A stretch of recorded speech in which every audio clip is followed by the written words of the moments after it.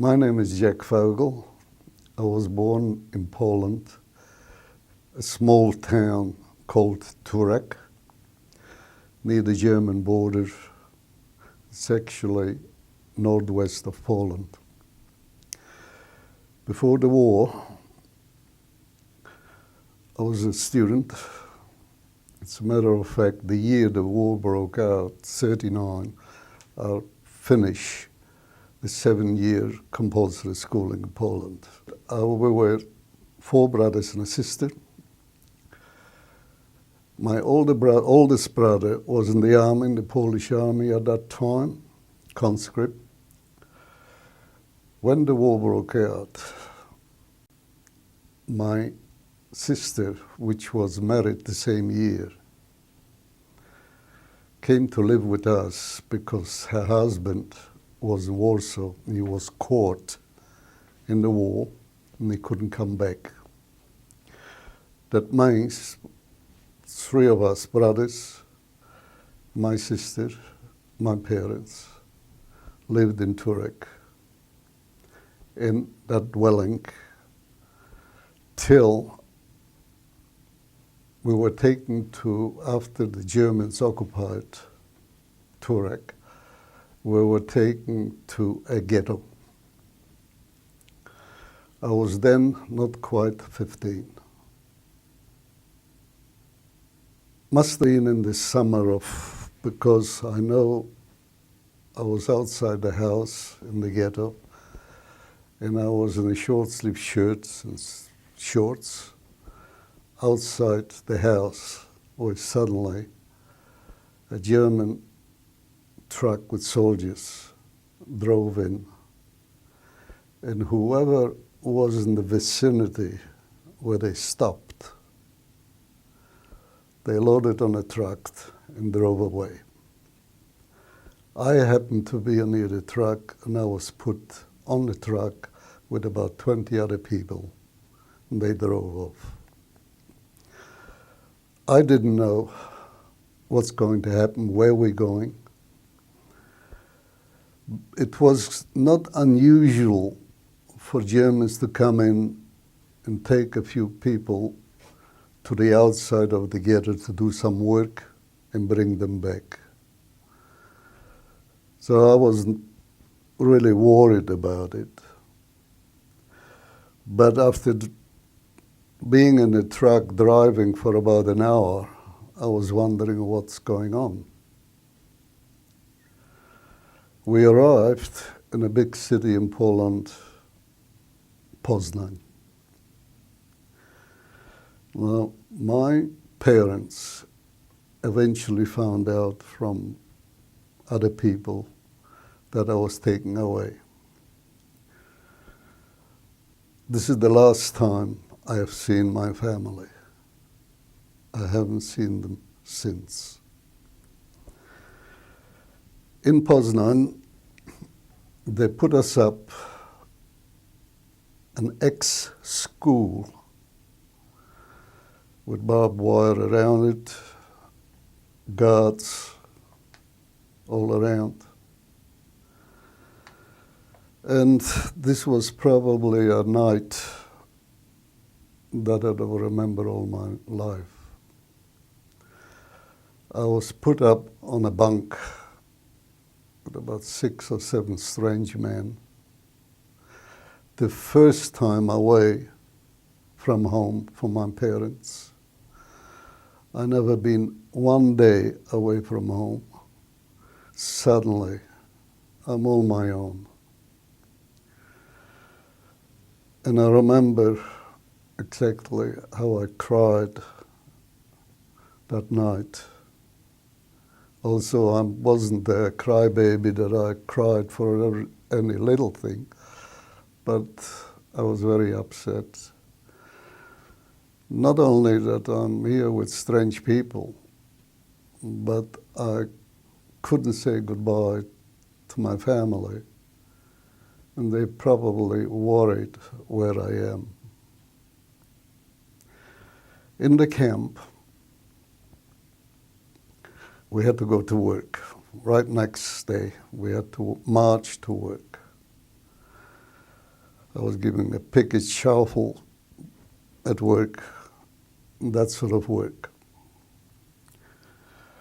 I managed to get a postcard, to write a postcard to my family, to tell them where they are, where I am.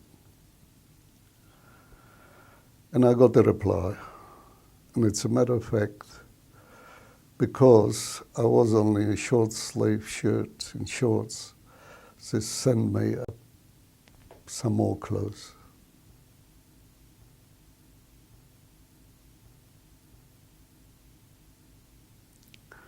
Suddenly, instead taking us to work, they put us on a train without knowing where we're going. It was a goods train, of course, and we arrived in the evening. I don't know what time it was, but it was dark, at Auschwitz. I didn't know, I never heard about Auschwitz. I didn't know what it is. We saw just another camp, they need workers there and that sort of thing. But coming out of the train, I could see there was something more than that. We had to line up in offices, and I think one of them was a doctor, because I could tell because he wore a white coat. They picked what they eventually called the selection. I was young. I was probably by then about 17 or 18.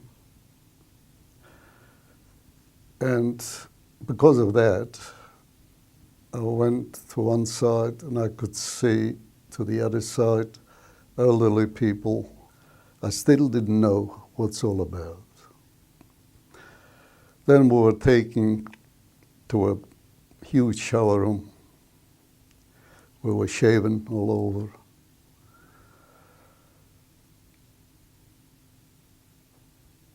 After that, we were giving clothes, special clothes, striped, like pajamas like.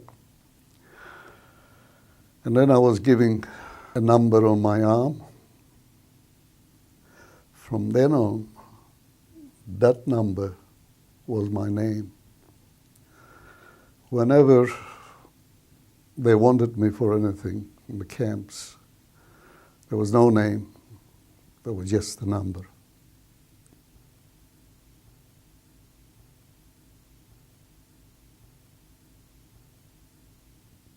In the beginning, was not so bad, but eventually it got worse and horrible. It was horrible in a way that the food was terrible. Not enough, of course. Working hard, marching about 3 or 4 kilometers every day to work and back. Particularly in the winter, when it was all covered with snow. You can imagine how cold it must have been. And we only wore those thin clothes. No jumpers, nothing. No socks.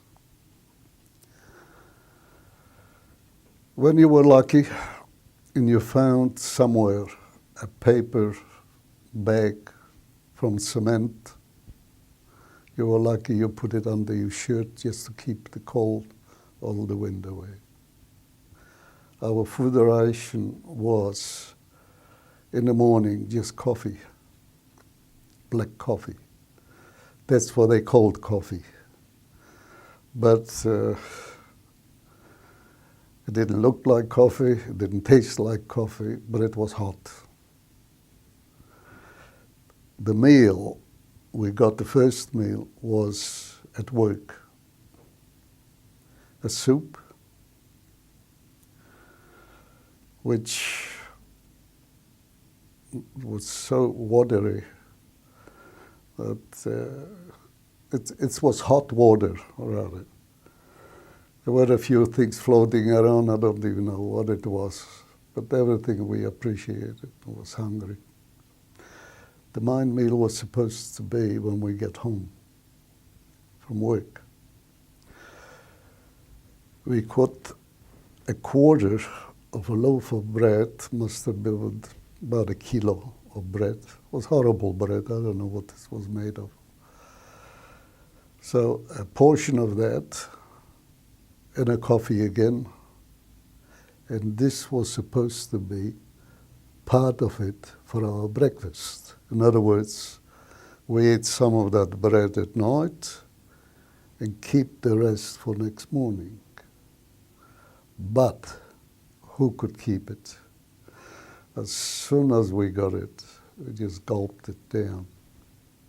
That's how hungry it was. Besides, even if somebody tried to hide it somewhere under the pillow, under the straw pillow, somebody will pinch it.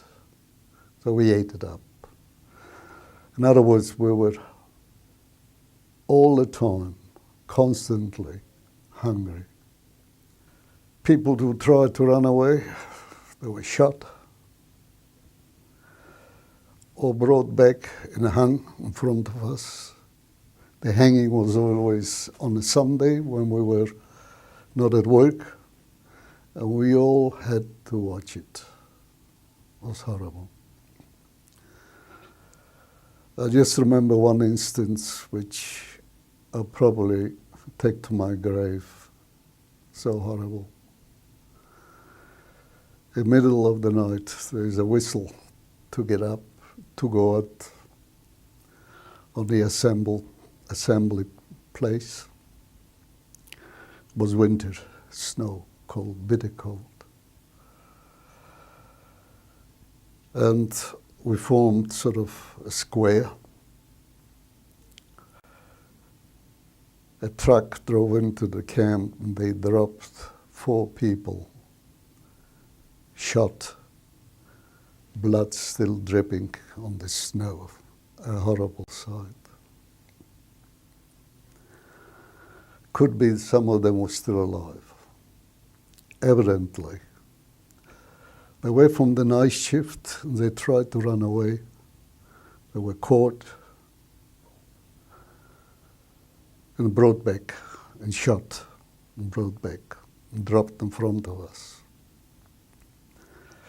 The commander of the camp, an officer, SS officer, went around the square and picked at random 10 more inmates. One of them, somebody who was standing next to me, lined them up, grabbed the machine gun, and shot them all. After that, we had a speech,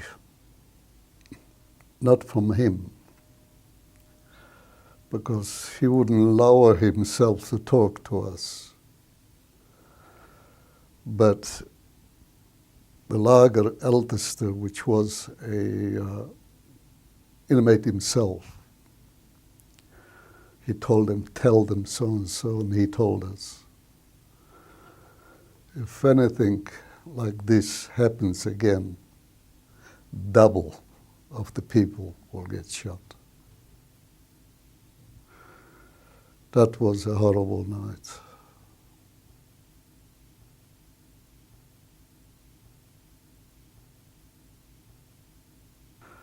I remember because it was winter again, snow.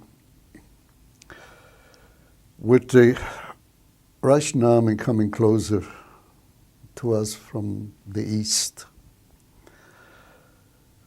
the Germans tried to evacuate all the camps in the area. In other words, they didn't want us to be liberated by the Russians. So one morning I started to work. They lined us up. They took us somewhere on a march, which took about 2 or 3 days. We marched in the snow on the road. Here and then we got some food. We slept in a barn somewhere overnight. In the morning, off again. Whoever fell down, he couldn't walk anymore, was straight away shot. And they didn't even bother to pick them up. I myself, one morning, we didn't get any food or anything that morning, and we started walking. As young as I was, I felt somehow my knees giving up. And I thought, that's it. But luckily, the fellows next to me, one on the right and on the left, noticed. And they picked me up on each side, and they dragged me along, and somehow I was better. I came to, and I kept on walking. If I'd fallen down there, that wouldn't have been it. I would have been shot. We arrived at a station somewhere, still in Germany. We were loaded on cattle trucks, no roof, nothing, in the winter, snowing. Squeezed in so tight, standing up, that nobody could even sit down. We were so squeezed together. People couldn't stand anymore. They fell down, they were trodden by others, and they died. All we could do was just chuck them overboard from the train. And they were picked up because the last wagon was specially for corpses. And they wouldn't leave them lying there, maybe because other people wouldn't see it or whatever. And they loaded those corpses on the last wagon. Like I said, it was horrible. We were sitting on bodies, we were standing on bodies. But at that stage, you couldn't care less. We used to catch a bit of snow to eat it, because we were thirsty and hungry. Took a few days for the journey, and we arrived in Germany. We were put into a camp.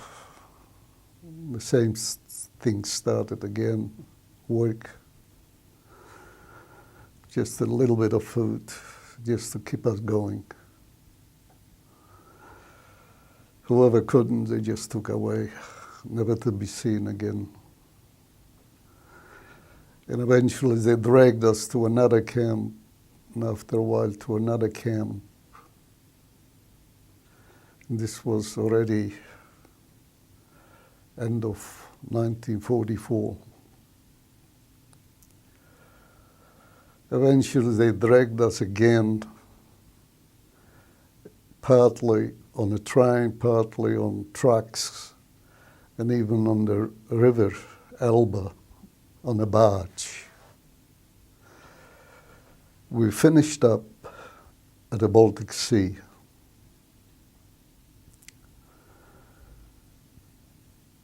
It was a village. We could see ships about 500 meters away or kilometers away from the port. Still didn't know what's going on. Nobody will tell us. They were divided us in two groups and put us on barges, and they took us out to the ships.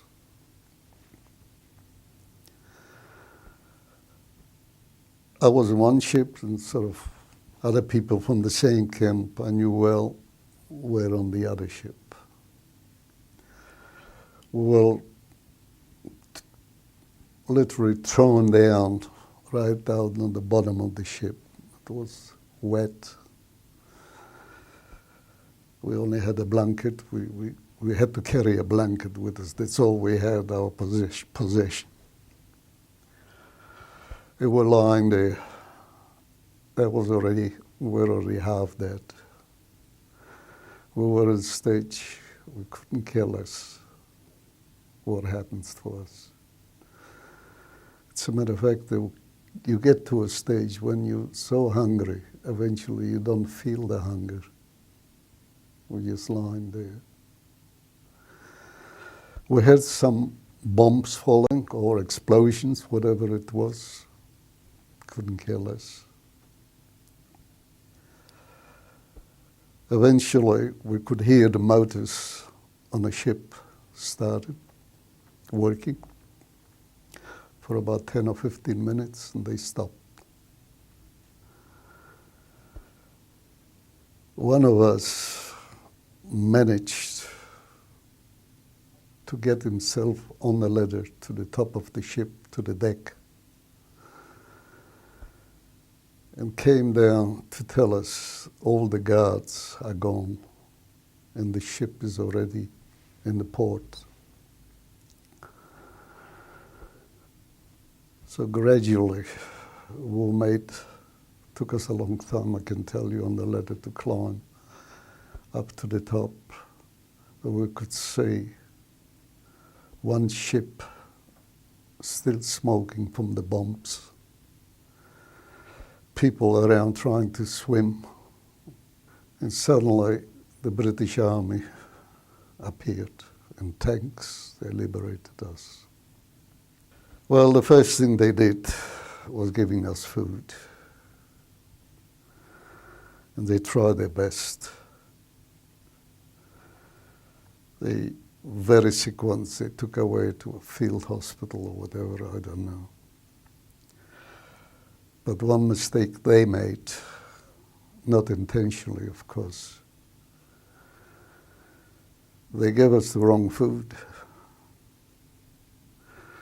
They had a field kitchen there. They cooked fatty soups and all that. And of course, we couldn't take all that. I myself got a little bit sick. I was all right. But I can tell you, a lot of people died of dysentery and all sorts of sickness because they were not given the right food. Eventually we found out that those ships were bombed by the British.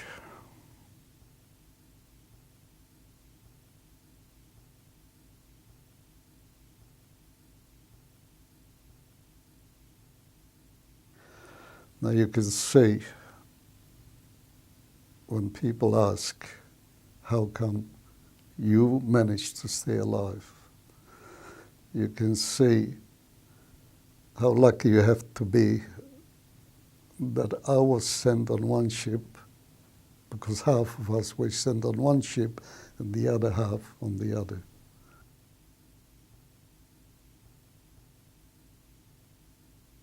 I wrote a letter to a neighbor of ours, a non-Jewish lady. We're quite close with her, just to find out if anybody of my family came back.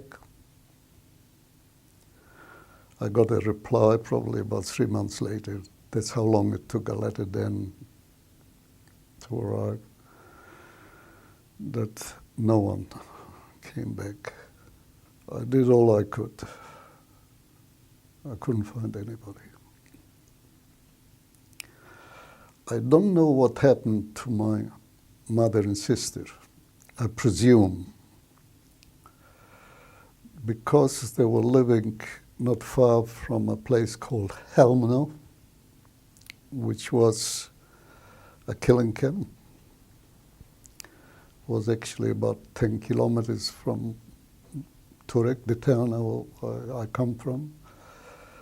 So I think that's where they died. My father and two brothers were sent to the Logi ghetto. This is what I found out later on from people who were there, who knew my family. My father died there from starvation. My two brothers were sent away from the ghetto to a camp. And accidentally I met a man in Germany, in the camp there, and he asked me, "What is your name?" And I told him and all that, and where I come from. And he said, "I was in a camp with the two of your brothers," because I told him the first name and all that. And then he dropped his face, and I could see something is bothering him. And he said, "I might as well tell you that they died in a camp in Austria just a few days before the liberation." So I could say that I lost everybody.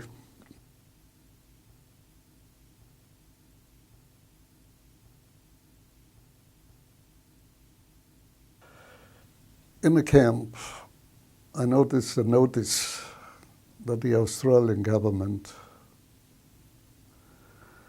wants some young people to go to Australia as migrants. And because eventually I could go to America or Canada, but Australia somehow appealed to me. They were showing us films, probably from the embassy, from the Australian embassy, what we can expect in Australia. It appealed to me. Of course, they showed us the nice things like the cities of Sydney, Melbourne, big sheep stations, it's always sunny, and particularly the beaches. Nice young girls on the beaches, and being 20 years old, it's appealed to me. And there was another thing. We wanted to get away as far as we could from Europe.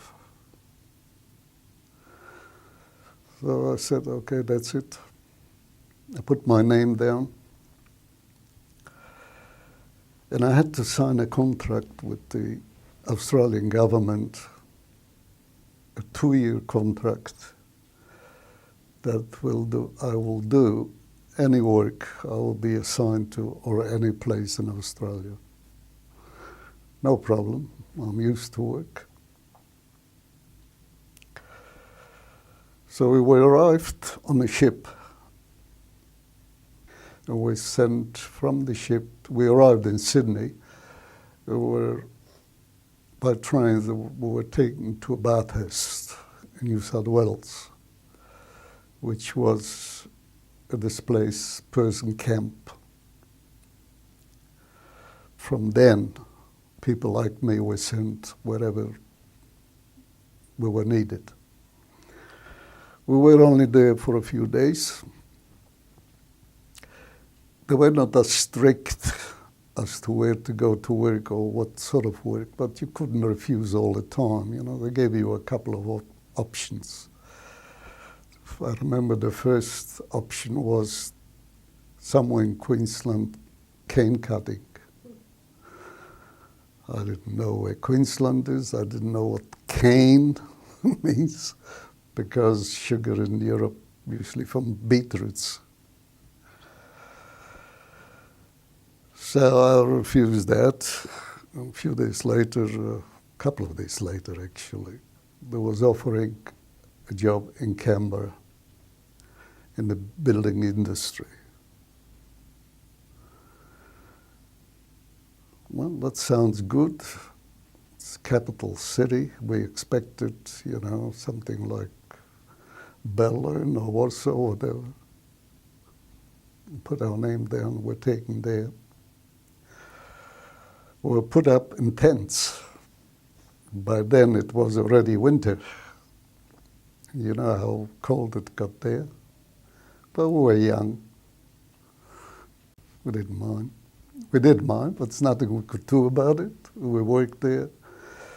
The only thing we're disappointed is the city himself. It was a village in those days. That was 49.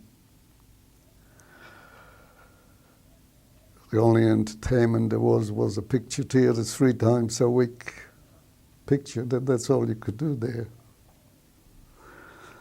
Still, after a while, after about a year or more, I made an application to be transferred to Melbourne because I knew I have a cousin.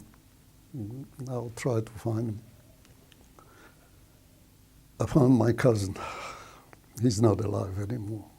I love my cousin. And I was offered a job in a clothing factory, a big clothing factory, which were producing uniforms for the army. They badly needed people there. But they taught me how to do pressing, how to do machining and all that. I didn't know anything about it. I didn't have a trade or anything. And eventually they talked me into going to school to learn designing, which I did at night school, worked during the day, and I became a designer. Eventually, I met a girl, we were married, as a matter of fact, a girl from Sydney. We have a family, and I think the best thing I did ever was to come to Australia. I was very happy here.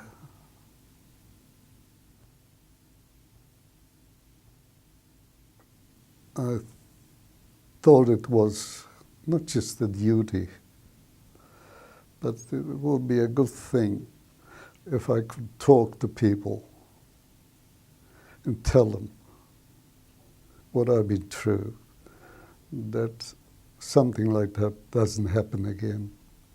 And particularly if I can talk to students. Actually, students, they come from all over Victoria, from the countries. Some of them don't know much about it. They never heard much about it. They never met a Jew or don't know what the Jew is. And I could tell the story, what I've been through. Maybe it will help, even a little, that people will be tolerant to other people, and that won't happen again. You see, by talking to the students, question time, they ask all sorts of questions. Like, how can you take it coming to the Holocaust Center and see all that and repeat all that? And some of them even ask me, what's your attitude to the German people? Do you hate them? It's a fair question for teenagers to ask, and I don't mind. And my answer is always my answer, what I feel about it. I don't know my other friends how they feel the same about it. When I see a German person, which is mine age or older, that person could be a very nice person, could have been that he was never or she was never involved in it, but still, in my mind, I feel very badly about it. But if I see a younger person, and we get quite often students, Germans, I don't feel anything bad about them because they were not involved. It's not their fault. Just the thought that they come here willingly to listen to me, it's nice. So I don't feel any different to any other person. Be tolerant to other people. And if you see some injustice is done, you do something about it. Just don't sit, take it. Whatever you do, do something. That's the matter.